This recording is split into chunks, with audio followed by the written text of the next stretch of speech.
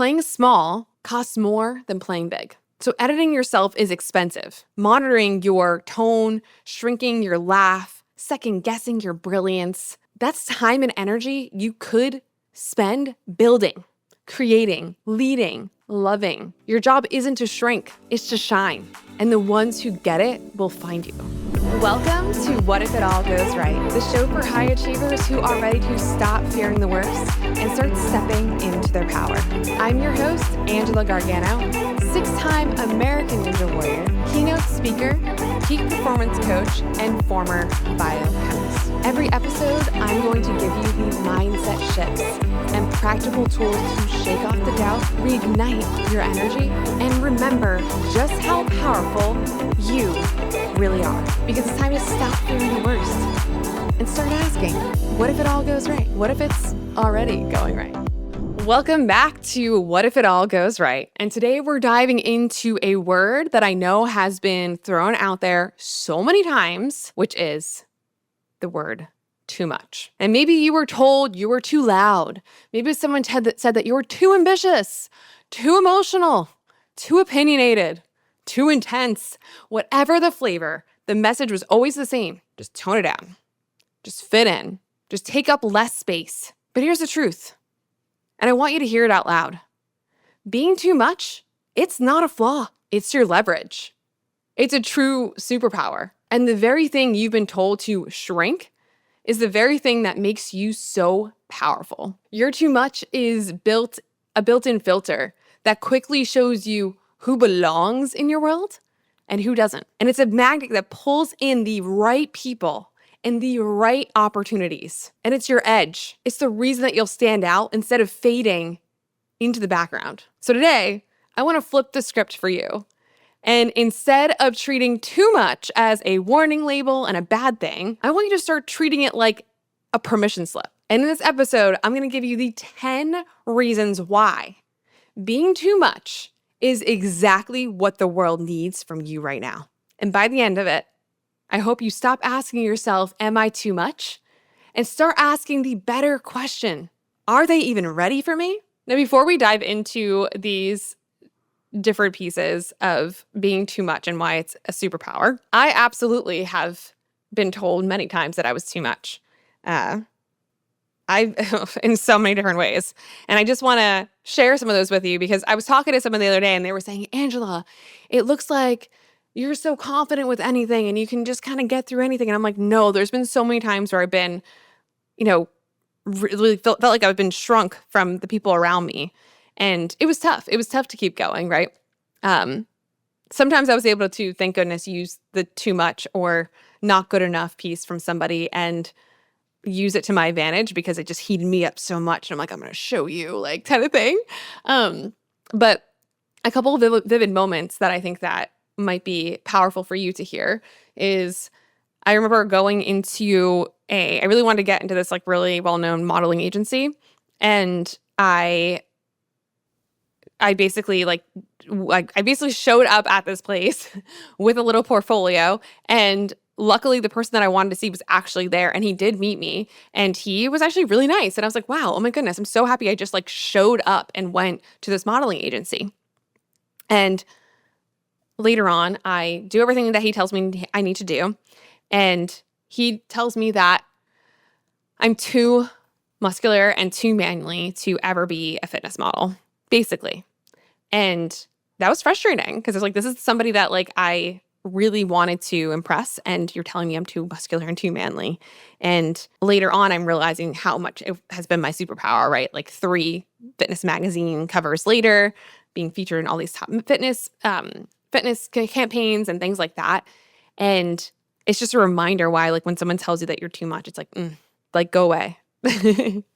Like, watch out, world. So anyways, I'm excited to go through these different pieces because I feel like this is exactly what I wish I heard in that moment when I was really, really down in the dumps about being told I was basically too muscular and too manly to do what I wanted to do. So number 1 is being too much is your human filter.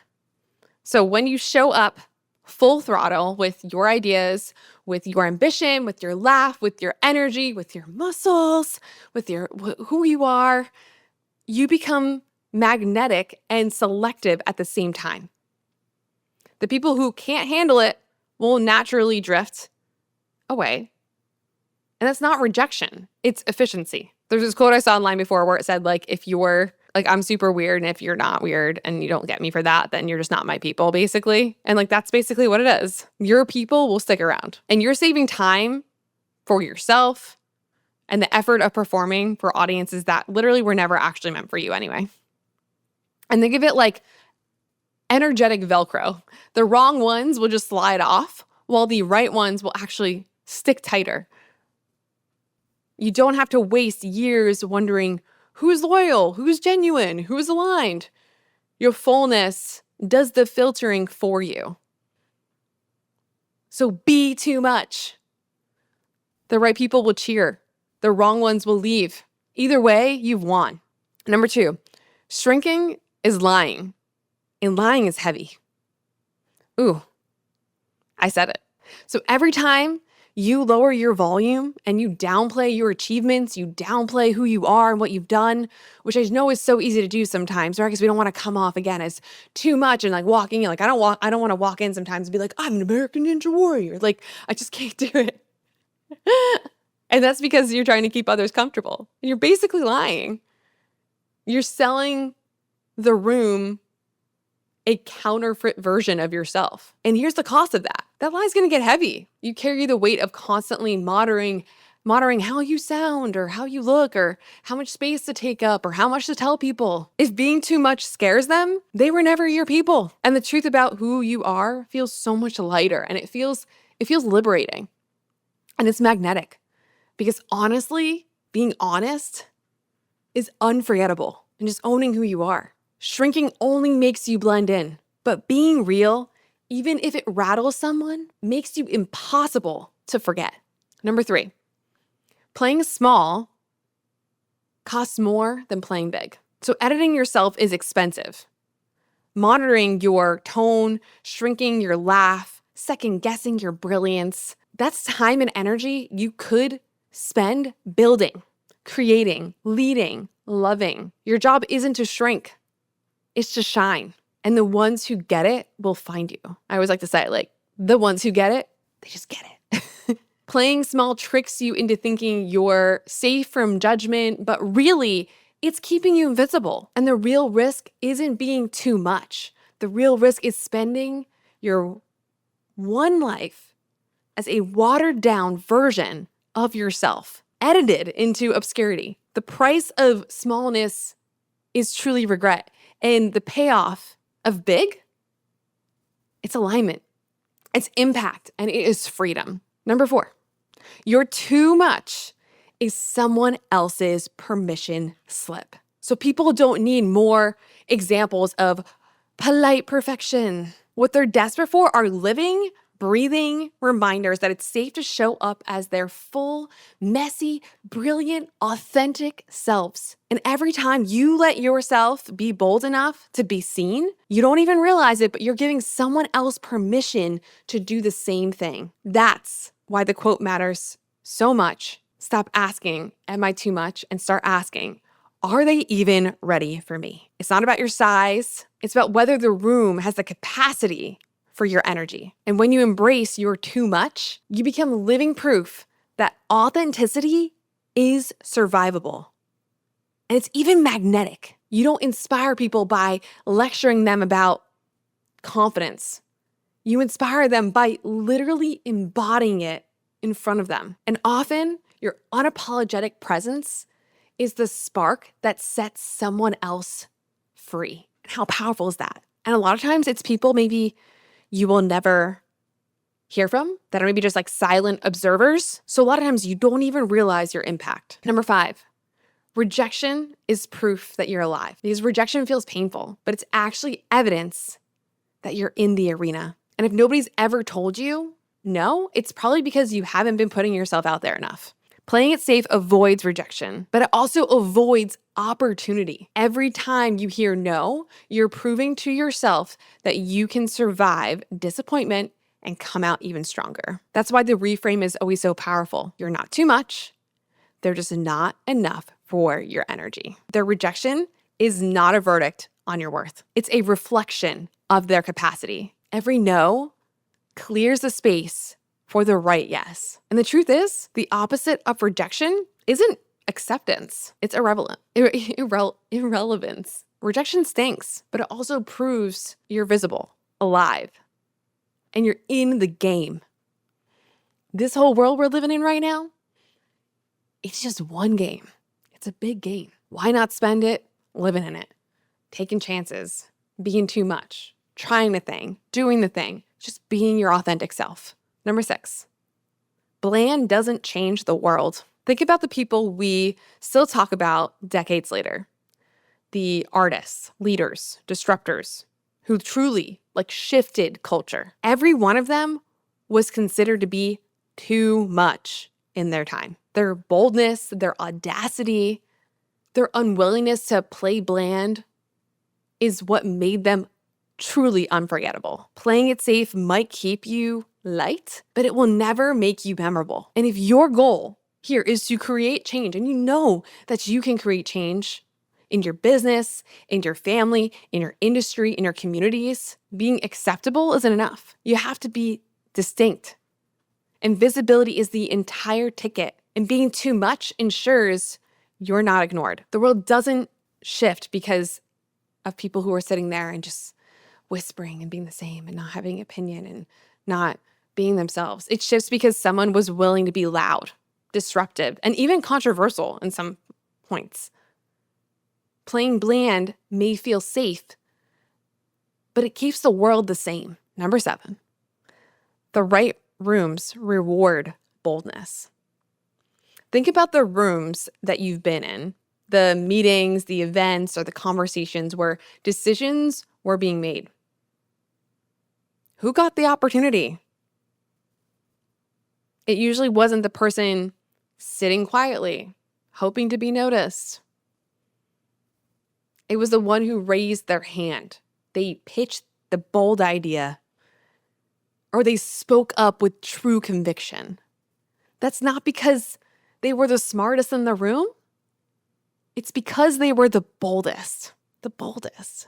And opportunities, they don't trickle down to polite hesitation, right? They flow toward the people who step into visibility. And when you bring your full energy, your ideas, your presence, your passion, who you deeply are, you signal that you are ready for more. The right room won't just accept your light. They're going to hand you the mic. And that is the power of boldness. It's the currency of opportunity. And the people who are meant to work with you will see it as value. They're not going to see it as arrogance. Number 8, too much is always about them and not you. Now, this is so powerful, and it's such a powerful reminder for all of us, right? And here's the truth. When someone calls you too much, it's rarely about you. It's about their bandwidth. And some people don't have the capacity to hold on to your ambition,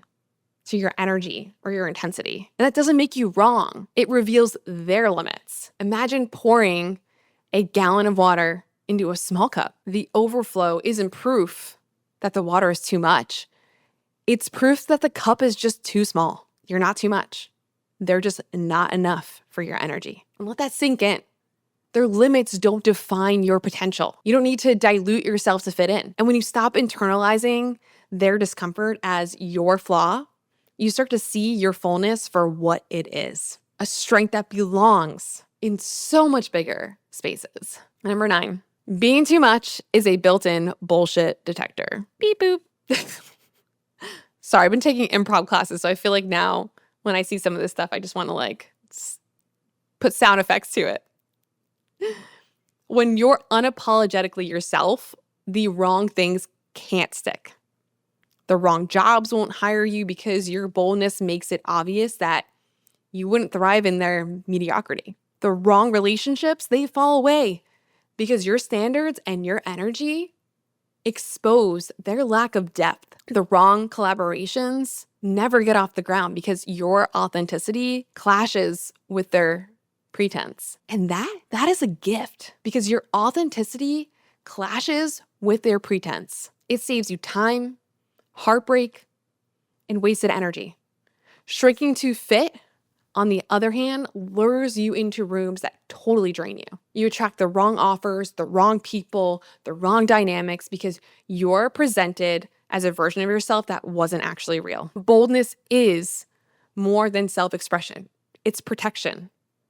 It's literally going to shield you from settling for less than what you're built for. Number 10, you're too much is the point. Those traits you've been told to dim, the way your ideas spill out fast, your big laugh, your big muscles, your big ambition that makes others uncomfortable, those are not your weakness. They are your signal flares. They are the exact qualities that make you magnetic to the right people and opportunities. And your job isn't to shrink, it's to shine. And the ones who get it will find you. What feels like too much to one person will feel like a breath of fresh air to another. The colleague who rolls their eyes at your passion isn't your audience, but the future client, friend, or partner who's been waiting for that exact energy will literally lean closer. Your too much is literally the very thing that sets you apart, that very thing that opens the door, that very thing that carries you forward. So stop apologizing for it. It's not the obstacle. It's the point. And so often I get so excited when I do see someone being their authentic self and being so much or too much. And you actually typically see that they're seeing such incredible success, especially those people who are online right now, right? Who decide to be like, you know what? I'm going all in. I'm going to be way too much. And they're doing amazing things and they're not worried about it. That's the kind of energy that I know I want in my life. But the next time that there's a little voice asking, am I too much? I want you to pause and flip it and instead ask, are they even ready for me? Because that question changes everything. It takes the pressure off you to shrink and it puts the responsibility where it belongs. On the people, places, and opportunities that simply aren't built to hold your brilliance. Being too much is not a weakness. It's your filter. It's cutting out the people who were never meant to stay. It's your magnet, pulling in the ones who are. It's your protection, shielding you from environments that would drain you. And it's your superpower, the very thing that makes you unforgettable, impactful, and free. So my challenge for you is this. Stop dimming. Stop editing yourself down into a bite-sized version of you and who you are. Turn the volume all the way up. Turn up the space you were designed to take up. Refuse to apologize for your size, for your passion, for your voice, and for your vision. Because the world doesn't need you smaller. The world needs you fully, unapologetically, authentically, gloriously, all too much you. And what do you have to lose? What if it all goes right?